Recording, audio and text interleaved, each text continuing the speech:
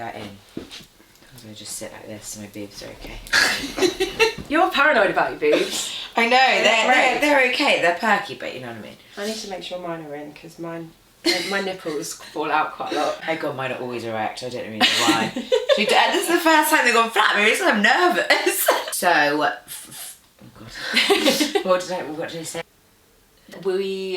No, not sure you won't be back, but well, we might. They might love it. There so might be another video. Yeah. Welcome back to another video. It's been a couple of months since I last recorded one, but today we're going to be speaking all things PCOS, and I do have a special guest, as you'll have seen from my stories. This is G, or Georgie. Hi guys. And I will let her introduce herself, tell you all a little bit more about her, and then we'll get started with the questions. Perfect, thanks G. G squared today, guys. G squared. I'm called G, she's called G, and now we're both having a pyjama party. I've stole her pants. It's the start of a beautiful friendship. It really is, it really is. Anyway, so G, Georgie, whatever you want to call me. I am owner of the It's a PCOS Party, which is my coaching online business. I'm a qualified nutritionist, a personal trainer, and basically a big expert in the PCOS world, as I am also a fellow sister and got diagnosed 15 years ago now. So sort of through my passion for it, my research, my degrees, my qualifications, I have now managed to nail PCOS as much as I can, and now my mission is to help all of you guys out there. Perfect. So yeah. So you were actually diagnosed 15 years ago then. Yeah. I was only about 6. Really? So I've only really started looking into it a lot more since. So you have obviously anyway a lot more knowledge on this because you've become more of an expert in the field. Yeah. I'm not. I've just picked up knowledge from experts. Yeah. And doctors, all that. Yeah, exactly. Yeah. How did you know that you had it? So I actually found out I had it because I went for a smear and I had some abnormal results. Had to have a couple of procedures to get rid of some abnormal cells. And it was during a follow-up appointment to one of those that I discovered I was still having these weird symptoms. My periods were so irregular. I was also developing a lot of hair around my face. Yeah, it's a big sign. That was a big way. sign for me. And I must have seen maybe 2 or 3 different GPs because I was moving around house-wise at the time. I don't know how many gynecologists before eventually I was told I had PCOS. Yeah. So the hair growth is definitely one symptom. I actually, my period stopped for 3 years, just completely out of the blue, and I piled on all the weight, even though I was playing professional sport, and just suddenly, when that was basically my reason, to be honest, was the periods. I'm stuttering. Welcome to the Stutter Club. So, should we go in with the first question? Yeah. Which is, what exactly is PCOS? Okay, so PCOS stands for Polycystic Ovarian Syndrome, and what that actually is, it's a metabolic disorder with a hormone imbalance. It's not genetic, it's actually very random, and it affects about 1 in 10, coming down to 1 in 9 women now. It's the leading cause of infertility, and unfortunately it's just not spoken about enough. There's not enough awareness about it. It should be really, an absolute priority on a lot of doctors' lists, a lot of the research. There's not much money, unfortunately, behind it. So it's a very complicated disorder, as how you're diagnosed it's on sort of levels. So 1 to 10, someone with 1 could have literally something as just simple as just irregular periods. But someone who's on level 10 could have the full shebang of symptoms. So you're getting, your acne, your severe weight gain, your hair growth or hair loss, pretty much no periods at all. It can be really quite nasty, to be honest. Moving on then slightly to the question, which is still on topic with this. Another lady wrote in saying, I'm not sure I have it, but I've hit a wall with my weight. Could it be hormone related? What are the symptoms of PCOS? So we've kind of touched on some of them already. So 100% it can be hormone related. With PCOS, why it is so difficult to lose weight sometimes, 80% of us have insulin resistance, and this basically means that when we sort of have glucose or carbohydrates, our body cannot produce. Insulin resistance basically means that when we have glucose, so your sugars, your carbohydrates, your refined carbohydrates, so we'll talk about foods later on, what you should avoid and what you shouldn't. when it enters our system, the glucose is picked up by insulin, and that normally gets into our muscles and our organs and our cells. However, our insulin sensitivity is so low that our glucose is left in the bloodstream, and that's what causes our insulin to spike and our sugar levels to spike. And this then it just makes it a lot harder for us to lose fat, and the glucose is then stored in fat areas. Yeah. The next question, does it cause infertility? Now, like I said, it is the leading cause of infertility in women now. And this is why, I have gone into what I'm doing, is because I want to it needs to be more aware. It affects so many women, and it's such a complicated process. But why it's the leading cause of infertility is because with your ovaries, you basically get, people think they're cysts, but actually they're follicles, they're baby eggs that sit on the side of your ovaries. And with this, it can really obviously create such a hormone imbalance. So your LH, your FSH, your progesterone, your estrogen. So when you have polycystic syndrome or ovaries, the levels become very, very low. And that basically means that you do not ovulate. okay. So yeah. So actually, when you just said that as well, there is actually a difference, isn't there, between having polycystic ovaries and having the syndrome. Yes. You don't necessarily have the syndrome just because you have polycystic ovaries. Yeah, exactly. And again, that's why it's so complicated, because a lot of people as well will sort of come to me and say, oh, I've got a cyst on my ovary. But actually that doesn't mean you have polycystic ovaries. It could just actually be that you have a cyst that needs to be removed because it's slightly larger and can cause lots of issues. So yeah, it's a very complicated syndrome. It's a very complicated region. All women will know that. We have a lot of issues, but we do need to look after it. It's, what we need to have babies, have a family. And that's why it's so important, especially I'm nearly 30. What are you? 31. You're 31. Unfortunately, women, we do have a time clock. Of course. And especially with polycystic syndrome, you will have trouble having kids. And we need to really start early and look after ourselves through your diet, through your exercise, because there's so much that you can do to make sure that you prevent this. And I think as well it's important to flag up. Because I often get asked this. I have people, well, not even asked, but I have women message me saying, I have PCOS, so I'm infertile, aren't I? Or I'm not going to be able to have kids naturally, which is false. Yeah. That is not the case. That's what I thought for years, years. Ladies, I'm not joking when I say I've done this for 15 years, and I have been to every doctor, every gynecologist, every pill. I've tried everything, and I literally got told by so many doctors that you will not get pregnant. That's it. I remember having to tell my boyfriend at the time, hysterically crying, being like, "That's it. I'm not having kids. My world is over." It's not true. I promise you. I've now been off my medication for 2.5 years. I've never felt better. My periods are back. They're regulated. My hormones are all at normal range. Considering that I was saying about the LH and the FSH. Basically, to have ovulation, which is a normal period, you need to be at 4.0 plus is the normal range. At one point, I was 0.3 and 0.7, which is they just wasn't even functioning. They couldn't find my ovaries. It shrunk so much, and that unfortunately is why birth control and metformin, the doctors prescribe it to you, put you on it because that's what they're told to do. But realistically, that is going to cause you so many more problems in future life.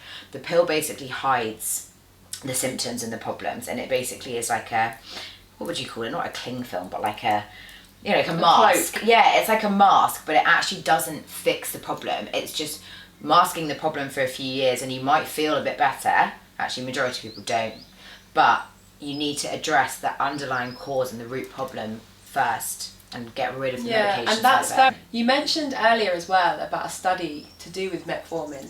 Because I'm sure for many of you, if you do have PCOS, you have suffered with it, or you've recently been diagnosed, or perhaps you even just suspect you have it, I guarantee your GP, the first thing they will suggest to you is to go on metformin. For me personally, it never even crossed my mind to go on it because I'd done some research into it. Georgie did mention this morning a study that she found on... the study, basically... unfortunately with PCOS we don't have a lot of funding, so that's why there isn't a lot of research out there. But with metformin, this study basically showed, they did a meta-analysis with a very small group of ladies, and it basically showed there was absolutely no drop in body weight from using metformin for over a year. And they actually stated at the end of it, to conclude, metformin does not produce enough weight loss to qualify as a weight loss drug. So what makes my blood boil is they're still prescribing it as a weight loss, option for the PCOS sufferers. Yeah, and it's just awful. It's like not what it's doing. Ladies, it's not the answer. It really isn't, and it's just, again, it's going to cause you problems in future. I mean, I had headaches every day, Really? and I guarantee it was from metformin. And when you're on the metformin, I was popping ibuprofen because my headaches. You're just putting more and more drugs into your body. It was mad. So this then leads quite nicely into the following question, which is, how can I keep my weight gain under control? Yeah, so weight gain is, of course, a big one for all of us guys. But the main thing, your exercise, and it's the types of foods that we are giving our body, because we have to remember the insulin resistance. So we have to be very careful with our carbs, types of carbs, sugar, low GI, high GI, all the different types of foods. That's the main thing, really, is the type of food, being in a calorie deficit, and of course movement. Yeah, I mean, we had a lot of questions in relation to diet, and I really hate that word, diet. Yeah, no. I do not follow a diet approach. So none of my coaching is. It's not sustainable or realistic, and it's not fun. No. So another girl did say, please help with my diet. I'm struggling with so many foods that trigger symptoms. Yeah. So perhaps we can touch on, the biggest triggers for ladies that do have PCOS. Yeah, absolutely. So the biggest one for me really would be gluten. Gluten, I'm sure you've seen it everywhere about going gluten-free and dairy-free, and I'm the biggest advocate for gluten for sure. I cut it out about 8 years ago now, 9 years, and I've never looked back since. I noticed my weight dropped almost immediately. I also had one for skin out there, red dots on the back of my arms, on my bum, back of my legs. As soon as I gave up gluten, that just went, and I now have completely clear skin. I've never had bad skin, but it was like red rashes everywhere. We found the word for it the other day, didn't we? Keratosis pilaris. There we go. I think that's how you pronounce it. There we go. So gluten, it's not just, that was a big one for weight, but also for the mind as well. Like there's a few studies I've read on it, and gluten, it's in the word, it is glue. So it is a protein, but it's not the good protein. And I don't know if you've ever tried gluten-free bread. It's obviously not as sticky and as doughy as normal bread. It kind of falls apart a bit more, doesn't it? Yeah, it does. So gluten, when it actually goes in your stomach, imagine that for our stomach. That's why you get bloating and gas and everything else. Your tummy finds it really difficult to break down, and that can lead to fat storage as well later on. So gluten is definitely one. I would say, sorry, she's about triggering symptoms, yeah.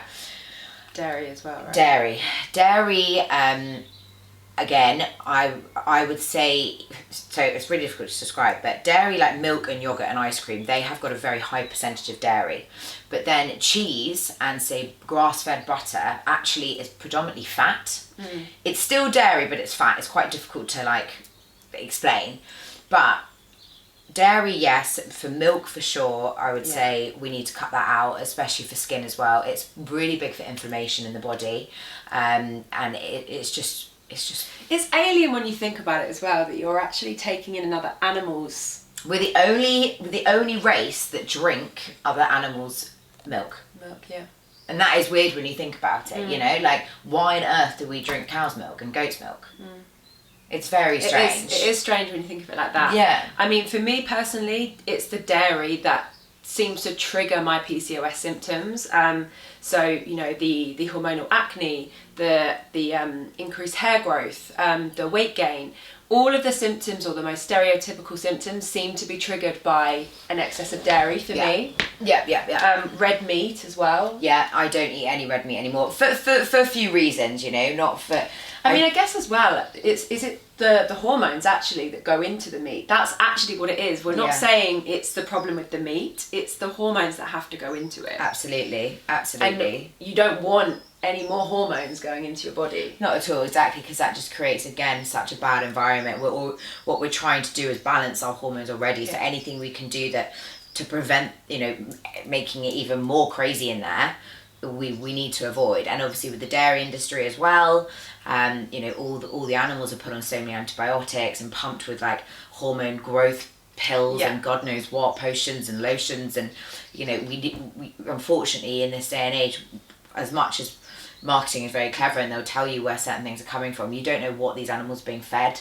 You don't, you know, it's a scary world actually, when you think about what you're putting in your body. I mean, I've been told many times from dietitians and nutritionists to always try and go for organic meat. Yeah. I mean, I appreciate that's often not possible because it is so much more expensive.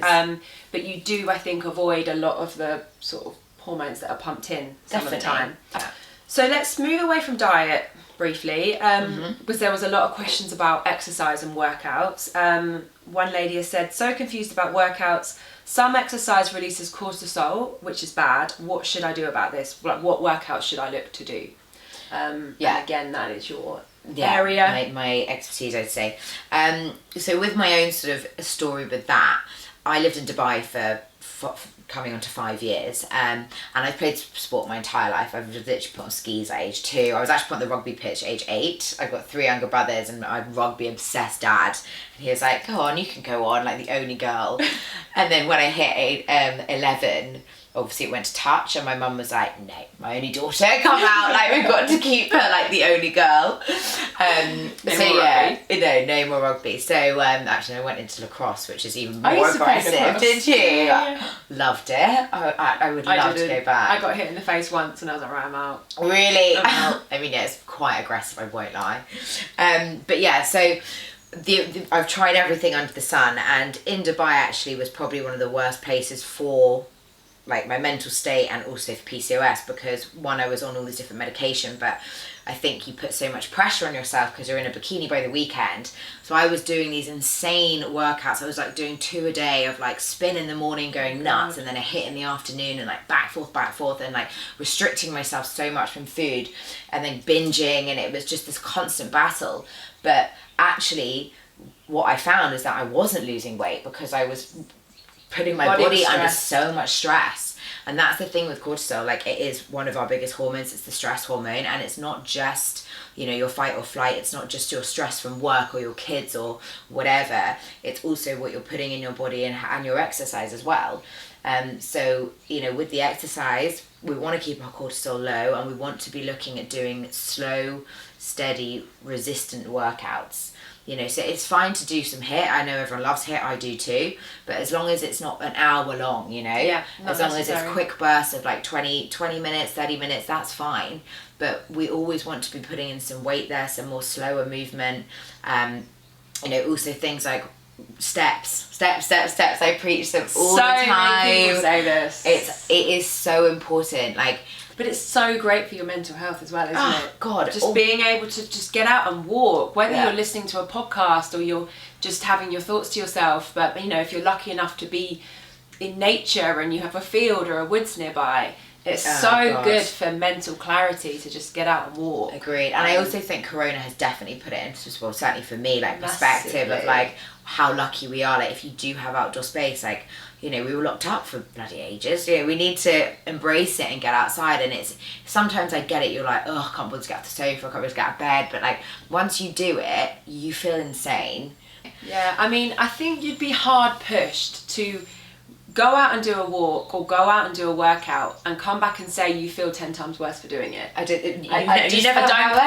think it's possible. You might hate the start of it, you might hate going through the workout, but the after feeling is always great. It's unbeatable. And actually that's actually funny, that every time I sort of go for a few drinks or whatever, I probably normally get it wrong, and in the morning, you know, yes, I might feel a little bit jaded, but I'm mindful now of how good exercise makes me feel. And even if I don't have the energy to lift a weight, at least I go and walk for 30 minutes, or I'll do like a mini session, and one, it clears your head, it makes your hangover go.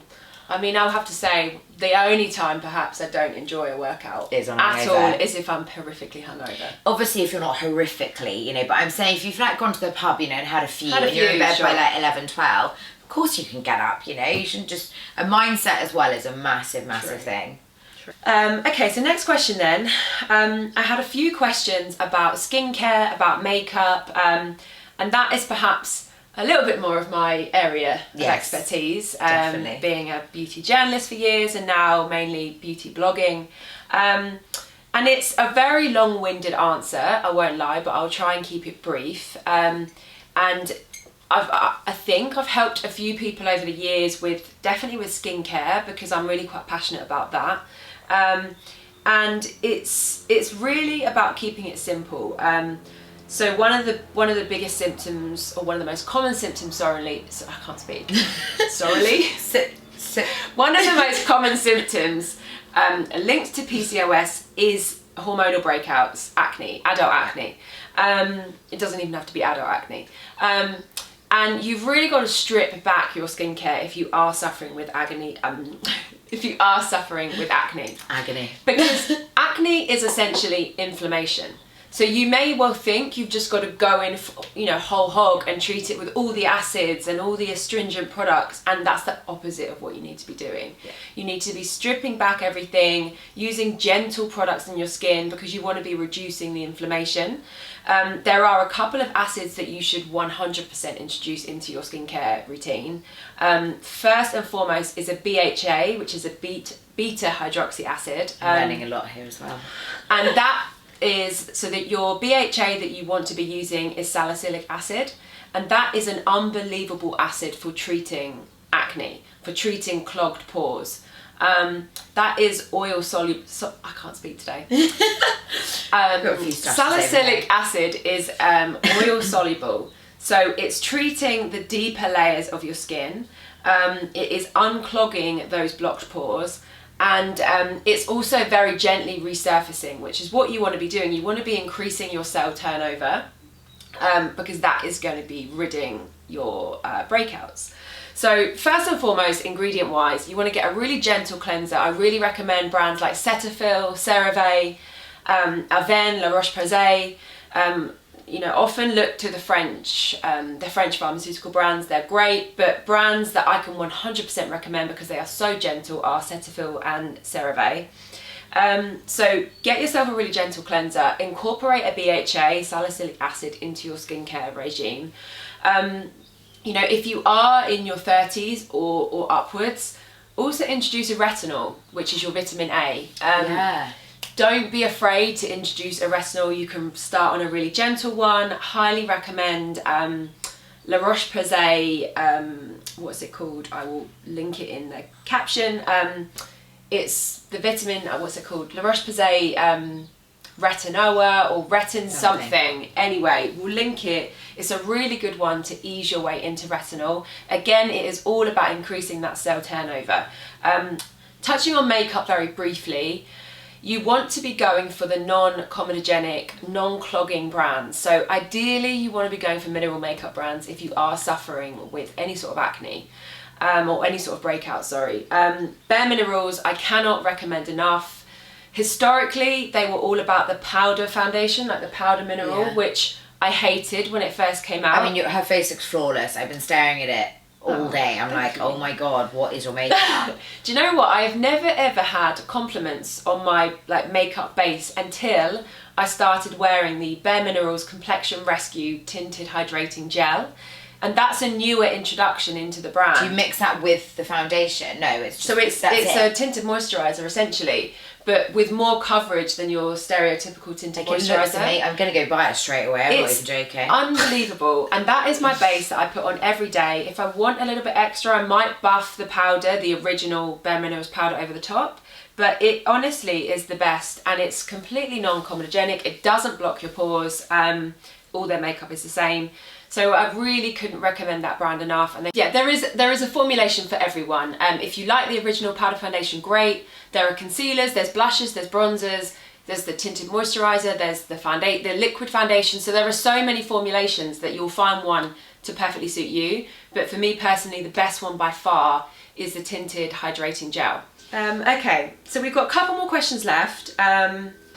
So second from last question, when your hormone levels return to normal ranges, has your PCOS gone away?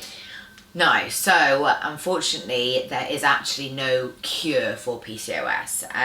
However, your symptoms can completely go away, yes. And when your hormone levels are back, then yes, like I said, I'm the walking example of it. All my levels are back in range. Obviously it's taken years, as I will say, girls, it is a marathon, not a sprint with PCOS, and you really have to commit to some lifestyle swaps, some changes to really sort of, you know, get everything under wraps and work to overcoming PCOS. But what I will say is it's not hard. It's easy, and I have actually created an online course that I worked on for literally a year with all of the information I've learned over 15 years. I put it all together to help you, to help you guys not waste the time and the energy and the money and just everything, and the depression and the anxiety and God knows that I went through. And also, you know, not having to rely on Google. Yeah, that's what I mean. Because like, Google's a fucker. Google is an absolute nightmare, and I hate the fact that there are so many misleading things out there, so much confusion around PCOS. Like it's not fair, it's not okay. And yeah, so I have this course that I have literally created with everything in it. I last had a scan on my ovaries, and literally I've got only a few cysts left, literally a few, but they have shrunk massively in size when it used to be like huge with all the sort of black dots that you get. And as I say, my mental state's great, my skin is great. I can't really complain. Like, all of my symptoms really have gone away, and obviously we haven't touched on it massively today, but another big one that women suffer with massively is anxiety and depression, and you know, because it can have a real big toll on that. But what I will say, and this is why I've gone into this, is PCOS doesn't define you, girls. It can be not fixed, but it can be overcome and it can be conquered. Just, you've really got to sort of commit to a healthy lifestyle and remember that food is medicine, nutrition is medicine, and that's what I've really learned so much over the years. I mean, I did my degree back in 2000 when I started, 2009 I think, graduated 2013, but majority of what I've learned really is just through like self-education, and I read studies all day every day and trial and error, elimination diets, like, you know, you name it, I've tried it. And that's sort of what's led me here now. It's like, finally I've figured it out, you know, and finally there is, girls, there is a way. Like, it's light at the end of the tunnel. There is a light at the end of the tunnel, and you can still have fun. You don't need to, you know, cut everything out and like take Tupperwares to your lunches. Like, I go out every weekend. You know, I'm still a party girl and I'm still having a great time. So yeah, light at the end of the tunnel. You can. Very much so. Yeah. So then the last question, which a lady lovingly sent in, was asking how it had actually affected both of us individually, how we dealt with it. So perhaps you can go first on that? Yeah, I mean, I think now obviously I'm in the best place I ever have been, and I guess for years it obviously, you know, bummed me down massively, of course, like the mood swings with the hormones going everywhere and not figuring out, you know, being so frustrated, like, why am I not losing my weight? Like, why is this not going away? Why do I feel these negative thoughts? Why am I like hating myself? That was another thing, actually. It was just years of loathing myself, looking at myself in the mirror, just being like, I hate everything I see.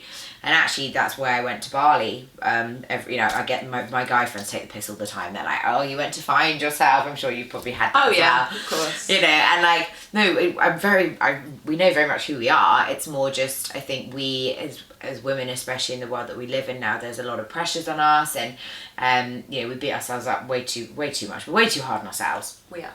But you do need to take some time out and go through that whole self-love journey, and it was the best thing I ever did. And actually now, how it's affecting me, I've used it as a positive. I'm using it as now my career and something that I am so passionate about, and I want to help, you know, everyone out there, because actually it doesn't define you, and I'm great, I'm happy, but I can completely relate to those out there who are still in the sort of the beginning stages where I have been, because I've probably done everything through the whole 15 years and the journey of it. But yeah, how it affected me, it's probably made me stronger, for where I am today, I'd say.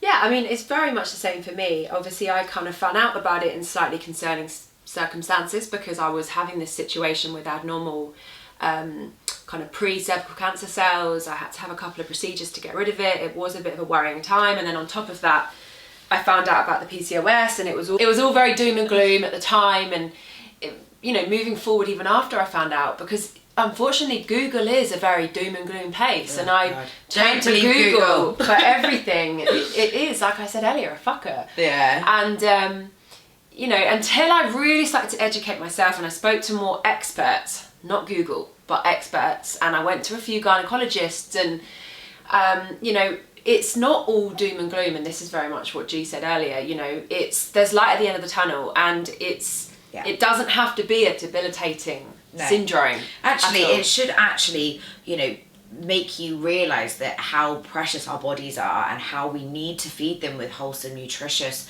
good foods, you know, like they are it's actually the only thing you can solely rely on for the rest of your life. Yeah. It really is. You have to look after it.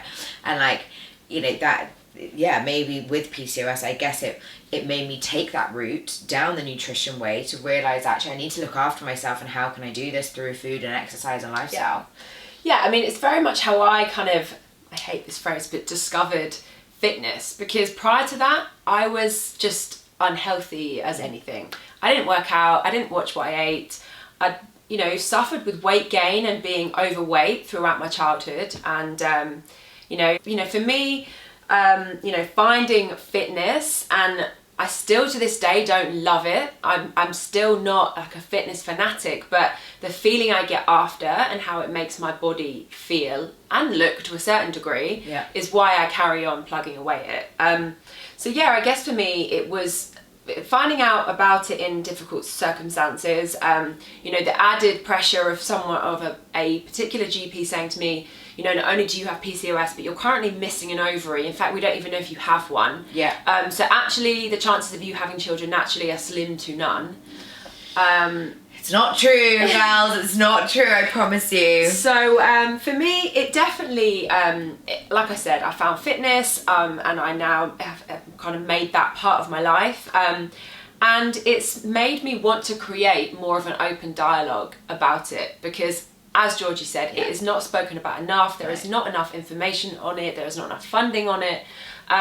So I have had various conversations over the past few years on social media, and they're always fairly well received because of that reason exactly, that there just isn't enough of a conversation going. And it does affect so many women, as you said.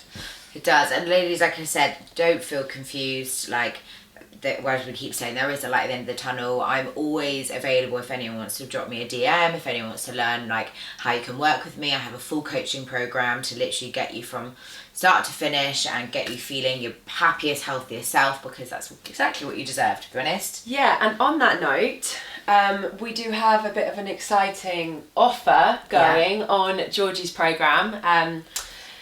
In celebration of whatever we want to call it of this video. So I'll let you explain that. So as I said, I think previously, I have a online PCOS course that I have built over a long time, and it's pretty much the A to Z of everything you need to learn. So there's about 12 different chapters going over everything from food to exercise, lifestyle, to sleep, to hormones, to stress. It really, you know, what I really think as well is like, unless you as the person understand something, it's really hard to implement that change. And this is the whole reason why I bought it. Like, it's very educational, it's a lot of reading, but it's also very informative, and every person that has read it has come back just being like, wow, like, I did not realise that matches with that and that and that. It also has over 100 recipes, which are all PCOS friendly. It has a 7-day sort of kickstart weight loss meal plan, which is tried and tested by myself. Recipes are great. It has loads of workouts in there. It's got pretty much everything. All the information actually is on my website, which we will link in wherever we link it. I'll link it. It's a PCOS party. So the first 10 people to get in touch with me personally, just via DM, again, will tag me in the bottom of the video, will get 50% off the online course, which is actually quite a whopping amount, and you get so much information involved in that. And also with that, if you are interested in one-to-one coaching with me as well, drop me a DM and we can set up sort of a mini intro call, and we can run through sort of how it works. Perfect. So that kind of wraps our video. Hopefully it's been informative. I mean, it's definitely been informative for me. I've learned a lot about PCOS today. But yeah, if we didn't answer anything, if there was anything you want more clarification on, please get in touch with one of us. Yeah, absolutely. I'm always around for questions. Again, it's just got a big heart. I think I want to help everyone because I know how awful it can be sometimes. Yeah, so definitely get in touch. As I said, hopefully we answered everything. If we didn't, drop us a message. But I will be back for more videos very soon. Yeah. Bye, girls.